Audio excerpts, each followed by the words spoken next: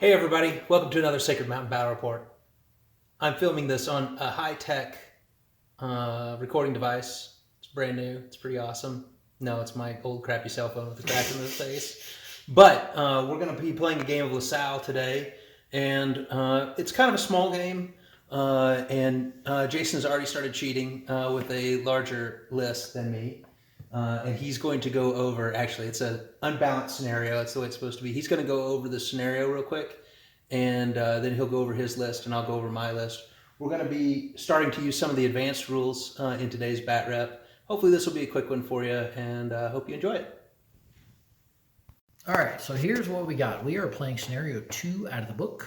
It is called some French phrase, but it's the Battle of El Zurdo. So it's a small town here at the edge of the woods. The English are holding the area. This is on the far extreme left of the army. And it's a great big protracted battle. This pertains to one small divisional fight between two forces. This is the French moving on the town. So my objective is, with my 2 brigades, well 3 brigades if you count the cavalry down there, is to capture this hill and this town. English have fewer numbers of troops, but they already hold the hill and the town. So this is as if it's a counterattack, or not a counterattack, but an initial assault coming through woods and across the plains to capture those results. So I have 216 points. You have 198 points or something like 196. that. 196. So that's kind of the way it goes. I'm not going to get down to the breakdown of the forces, but just know it's 8 rounds, 3 brigades on each side, and yeah, there's my camp. There's his camp way over there, and coming through the woods. Yeah, so it's going to be a fun scenario. We're playing with some advanced rules this time around. What's your general? My general is Valiant. Yeah. Which is means he's really good at giving orders into close combat. So he gets to reroll 1s and 2s when they go into close combat, which is perfect for the French, because the French like to fight in mass formations, come in and shoot a volley, and then they will just come in with bayonets and give them the cold steel. That's what you have to do to those English dogs. So I'm playing a fairly elite force. This is 1815. Yeah. Some of the other advanced rules we're using is linear doctrine, but neither one of us are linear doctrine in 1815, so it doesn't really matter. Yeah, so we're not really using it. And then my general is charismatic. We rolled, we didn't choose, just so we could show you some different things. Charismatic means that I get to re-roll my rally tests. Yes. I get to re-roll my failed rally test, that seems pretty strong to me. We'll see how that turns out. Obviously, I'm starting unlimbered because he's assaulting, so I get to start the game. Well, these guys are limbered. I've got 1 army asset, 2 brigades, each with a foot artillery, 1 brigade, 1 regiment of cavalry, and a regiment of horse artillery. Let's see. What else? We're using Huzzah. Yeah, we're also using Huzzah.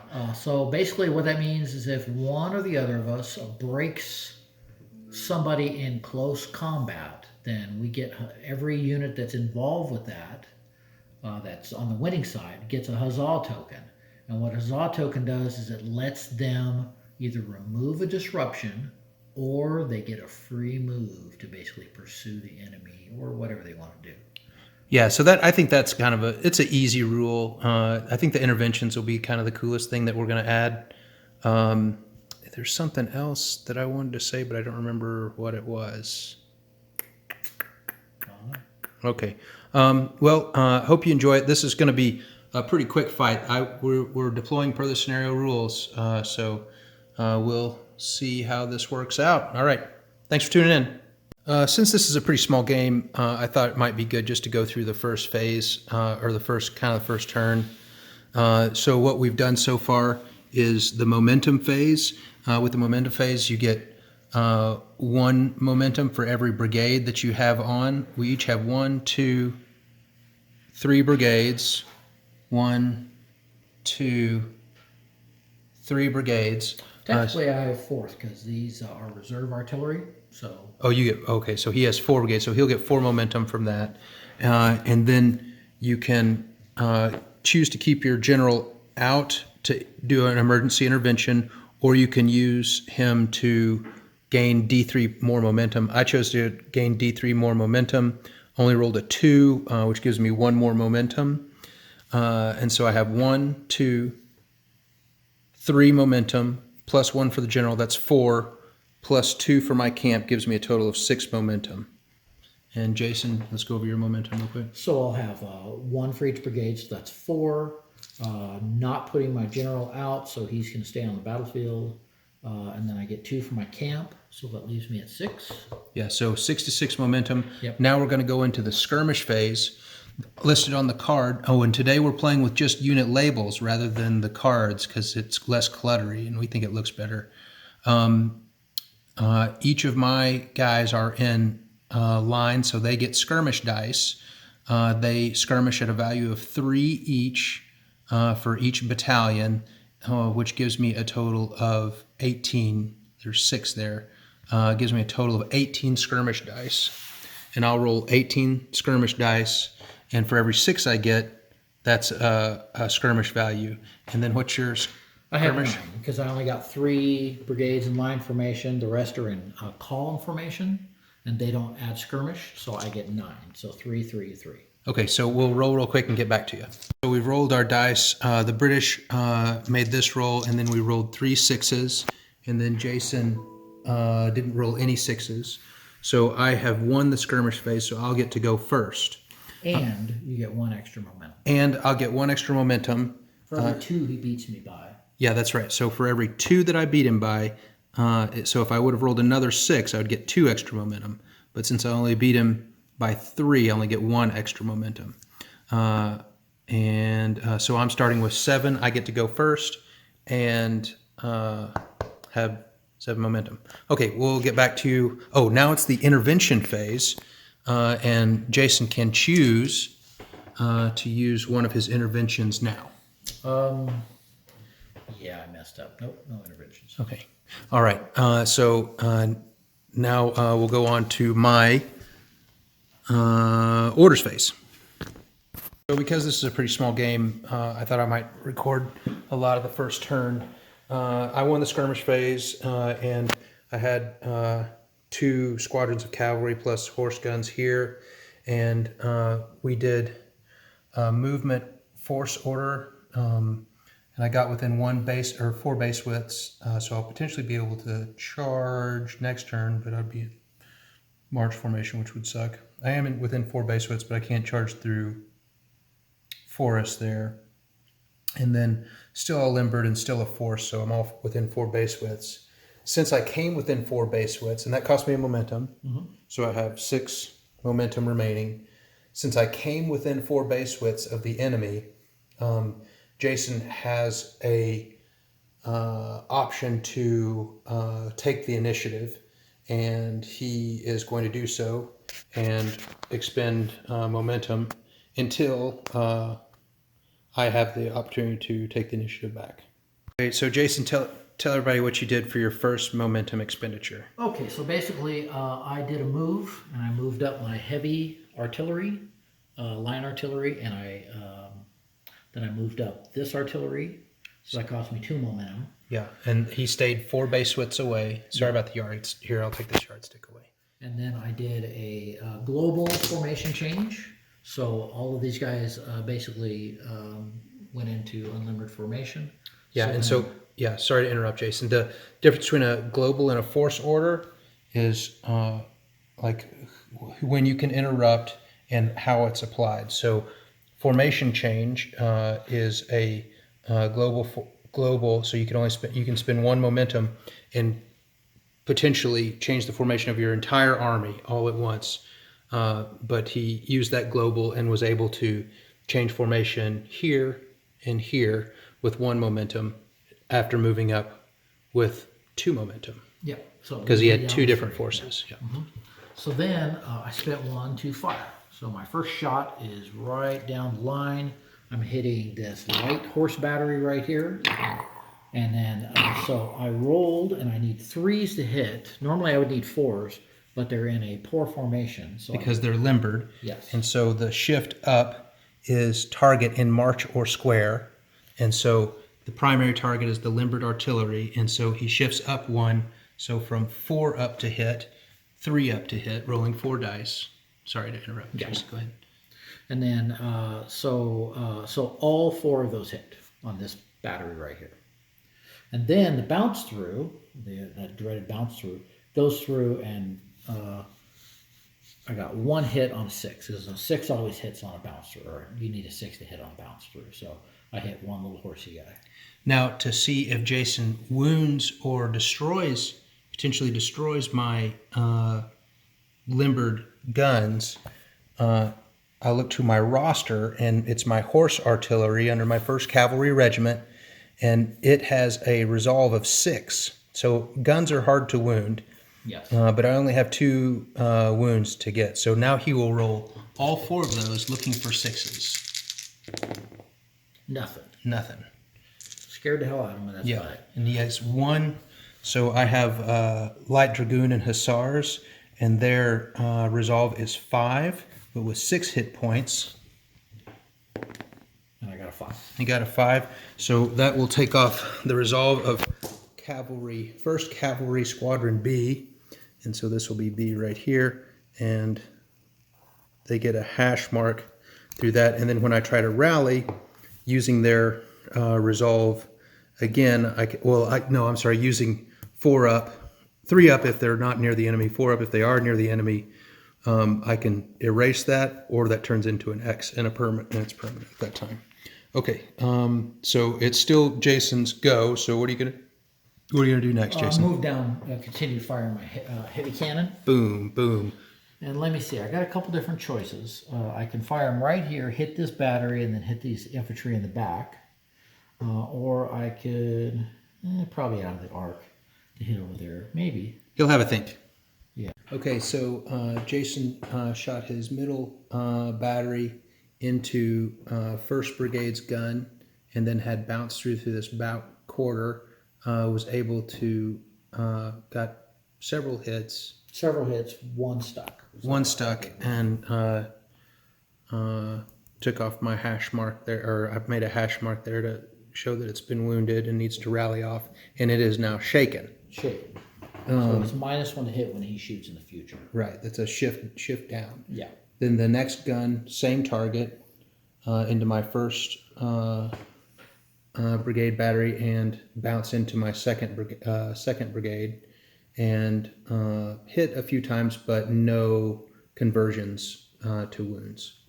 All right, what are you going to do next? Because Jason still retains initiative because I cannot interrupt bombard orders, or if he has moved or changed formations and remains outside of my engagement range, which is 4 base widths, that we're taking as an 1.5 inches. Yeah. So I think my next move is going to be, I need to capture El Zudo or Zungo or whatever it is, and so I really need to get these guys through these woods. And I'm putting them in jeopardy by doing that because cavalry can enter the woods. No, I'm not sure we can charge. Charge. We'll have to look that up. That'll probably affect his move, and we'll get back to you. Okay, for my, I was only able to spend 1 momentum without sparking an interruption, and all I did was I changed. I did a global formation change, and these guys are unlimbered, so they're fine. But these guys needed to come out of march to not be in poor formation to set up for charges, and I unlimbered my horse artillery. And I'm down to 5 momentum. How many do you have, Jason? 2. 2. Okay, so Jason's can choose to intervene now or not. Okay, so Jason used 1 of his last 2 momentum to move up and threaten the town.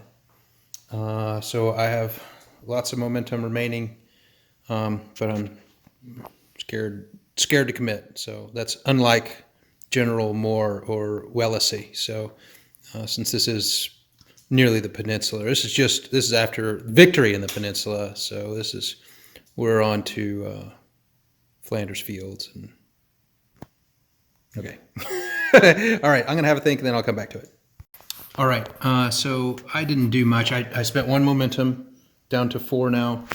And I have moved into 4 base widths, which is volley range of his troops, and so he will probably answer with volleys. And he's trying to. Sorry, he was. Sorry, I cut Jason off there. And I see what he's doing, and it's wise because he's got a whole bunch more momentum than me. He's running me out of momentum so that he gets to use the rest of his momentum without me reacting, and that's a real good thing to do when you have more momentum than your opponent.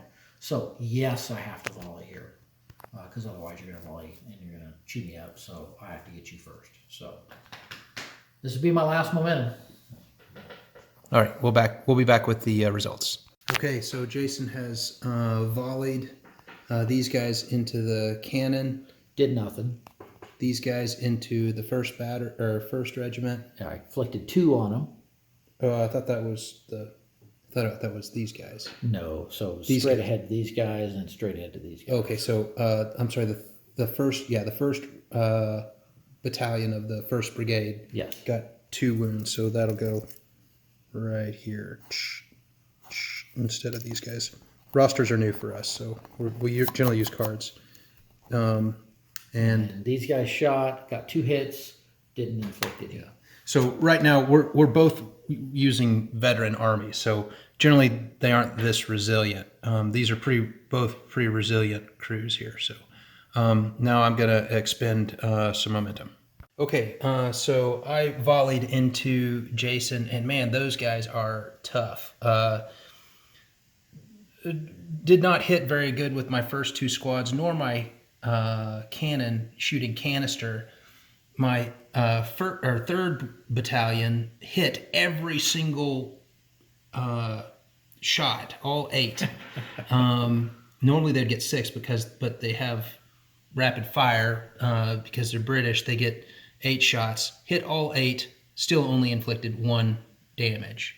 So now I have 3 momentum remaining, and I'm going to advance my 2nd Brigade, interpenetrate through, and I can just get on the other side of the 1st Brigade, and then I'm going to try to do another volley, and that'll cost me all the rest of my momentum.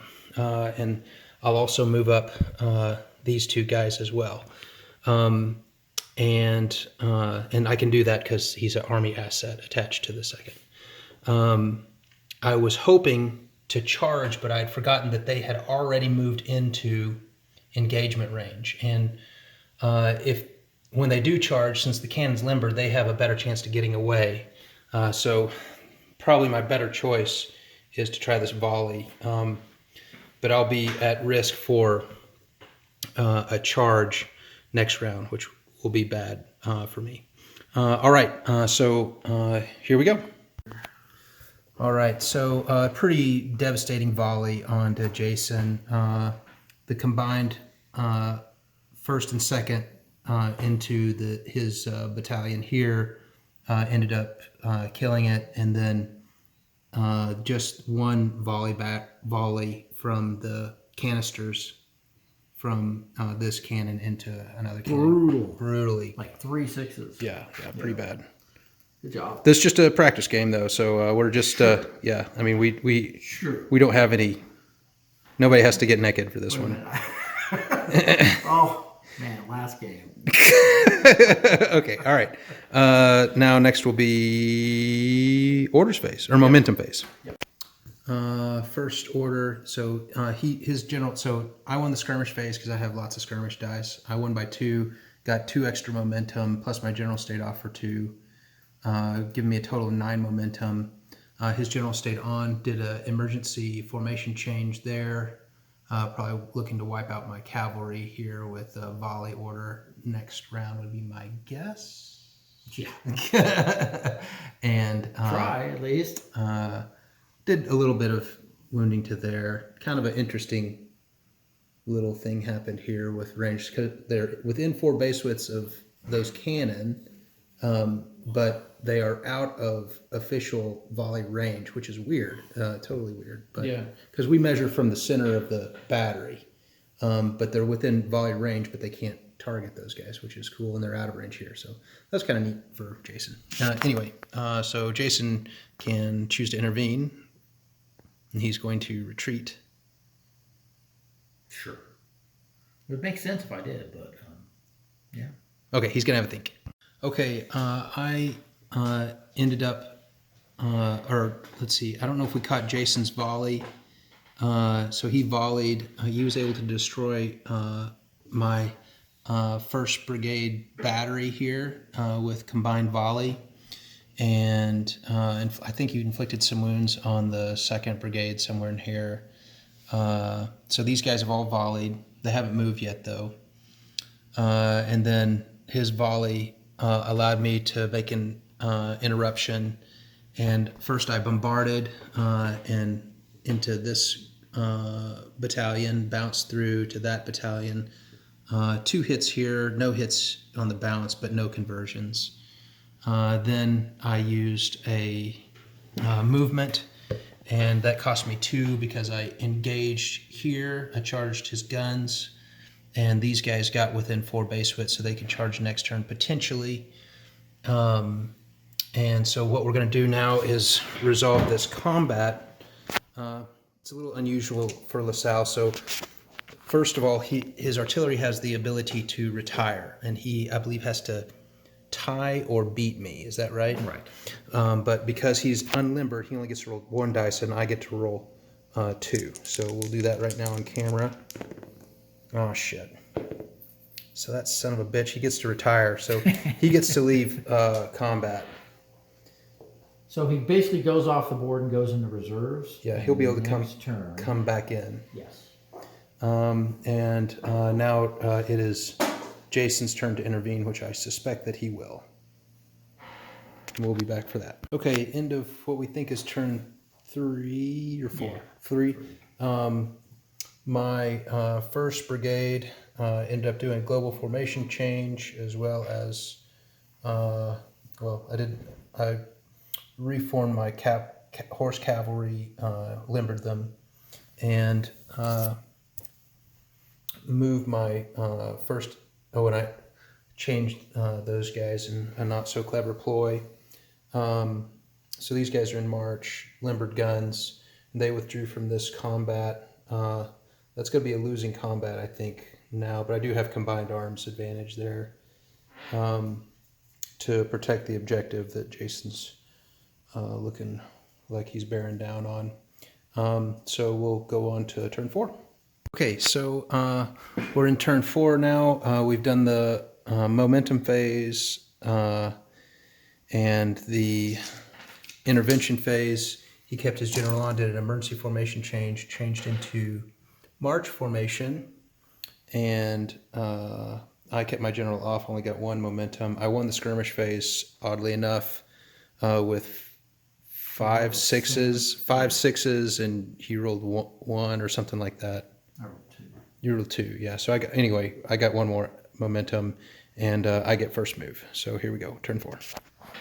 Okay, so I for my first expenditure, I bombarded, no hits, or at least no conversions. These guys had to volley into the cannon, no conversions. These guys volleyed into those guys, no conversions. These guys volleyed into those guys, 4 conversions, and killed that unit. That sparks, ouch. That sparks an intervention. So Jason's gonna intervene somewhere. Jason volleyed with his artillery into my army asset foot artillery and ended up killing it. He volleyed into my 1st Brigade. And this group volleyed into my 1st Brigade and 1st Battalion, ended up converting 1. And then I'm going to intervene. Or not intervene, interrupt. Okay, I expended 2 momentum, having 3 remaining. It took me 2 to get into the town. I'm still in march formation, but on the my north end of the town. Unfortunately, it brought me within 4 base widths of him, so he'll be able to interrupt, but can't charge me because I'm in a town. And I'm splitting up my 1st infantry brigade. These guys still in line, and still in march column from here to here, and the other group to here. Sorry, zoom out a little bit to get close to the hill. And objectives. And Jason's turn, but he has lots of momentum left. So Jason did a global formation change with his cavalry. Are you going to change any other formations? Oh, yes. Oh, yeah. So he's going to do lots of formation changes. I'll get back to that, but that'll spark an interrupt. Looks like he's coming for the hill.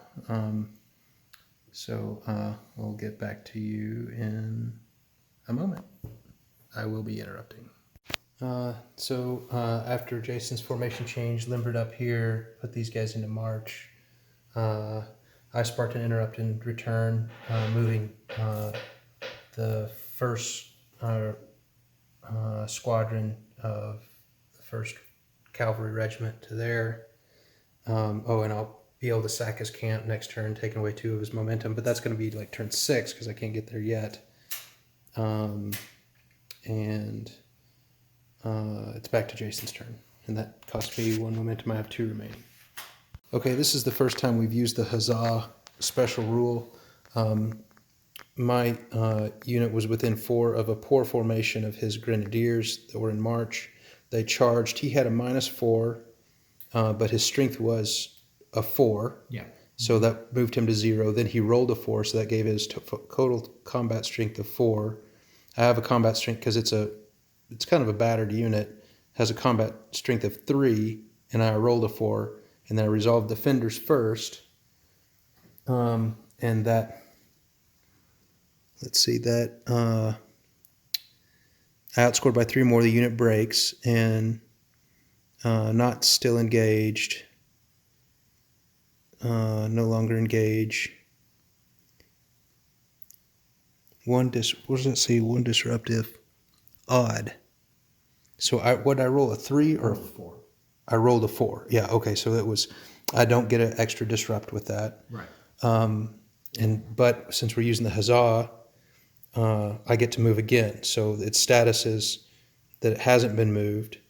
Then Jason wheeled it 45 degrees for me, and now I get to make another charge move, and I'll just be able to make incidental contact here. Yep.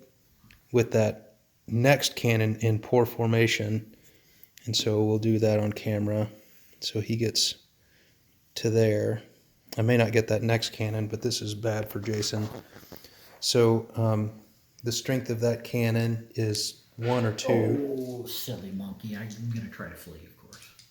Oh, right. Yeah, of course he is. Yeah. So I only get 1 die to his 2 because he's limbered. But he tied, so he gets to run. Yeah. Okay. And so that doesn't count as a break, but that was our first unit of Huzzah. Boy, that can be pretty bad. Yeah. Early. It's now, that was my last 2 momentum that I used for that, and Jason's turn. Okay. All right. Thanks for tuning in, Jason. One of my few concessions. I think you wiped out half my army. You're about to wipe out my camp. You did an excellent job for being half asleep. You fed me the riot here. I had really good rolls. No, you did good. You strategized real good. Your Brits are just brutal and Brits are pretty good. That's the first time I ever played them. Yeah, imagine if you were able to play the line discipline, where you were able to get an extra volley. Yeah, extra volley would be good. But the Brits, what they did was they, just reading this book called War of Wars, the Brits' discipline was that they waited to get within close volley range. They'd volley and then charge. Yeah. And that's kind of how they did. Yeah. So you ripped me apart. I made a huge mistake by splitting my army up, basically. I had one going towards the town, and I had one out here where I thought I could put up a nice defense, but man, you just chewed through my entire brigade. So kudos to you. Good job. So. Yeah, I think one of the problems that it made a big difference early on in the game was that we didn't realize that cavalry could not charge through a forest. Yeah. We found that like on turn 3, and I think that would have made a little difference in how you would have moved. I think. Yeah, it would for sure. Yeah, and because he was being a little cagey next to the forest, and then the back regiment hardly moved the whole game because I went into square, but he could have just retreated into went ahead and just blasted into the town, and then I wouldn't have been able to concentrate forces there, and I think that would have made a big difference. And that was a rules mistake that we made that worked in my favor. So, or at least a rules oversight that we didn't realize. So good game. We got to get more minis. Yeah, we do. Because we have just enough bases right now where we're playing basically elites. It's glared. And it would be nice if we didn't have to play elites, if we had to play regulars, but had more on board. So. Yeah, I have plenty of British. I have more French that you could use. I have a few more French, but this was a pretty small game. But man, Lasalle's great. It's a great game. Yeah, highly recommended for you guys. Now we're playing with small. We've just made some compromises so we can have less minis on the table, and we just like the way it looks. It's a little different than how Mustafa suggests it, because we are using four of these little bases for a full battalion, and what he would recommend would be 4 bases this size full of minis, and that's a lot more minis than we have. So we kind of prefer it this way, and we're using 1.5 instead of 1.5 sorry, Jason. That's all right. 1.5 instead of inch or 2-inch base widths. Yeah. It's a lot of fun. The whole club likes it, so that's what we're doing. So. All right. Well, hey, thanks for tuning in, everybody. Just out of curiosity, next week, right? Is MODOK? Is that what we're doing? MODOK War? We don't. I still don't have a rule set for MODOK Wars. We have the Men Who Would Be King, but we do need to do the MODOK Wars. I'm sorry, it hasn't. Someday. We're gonna do it. We've got the terrain, we've got the minis. They're all painted, but we just don't have a rule set. And then what else we got coming up? We got maybe what? Epic. Oh yeah. So I've got to finish next will be. I was given by a frenemy 280 unpainted, out of print, well not out of print, all metal medieval miniatures that I've been painting for the last 18 months. And so we're going to play a little Lion Rampant and Dragon Rampant and maybe Kings of War. But as soon as I play at least one game, then it's epic. Epic 40K. I can't wait. It's my first game. So I've got a nice little resin 3D printer in the background you can see, and I am printing like a madman. But I'm not letting myself start painting them until I finish the medieval. So it's kind of like eating my broccoli first before I get dessert. So hey, thanks for everybody for tuning in, and we'll see you on the flip flop.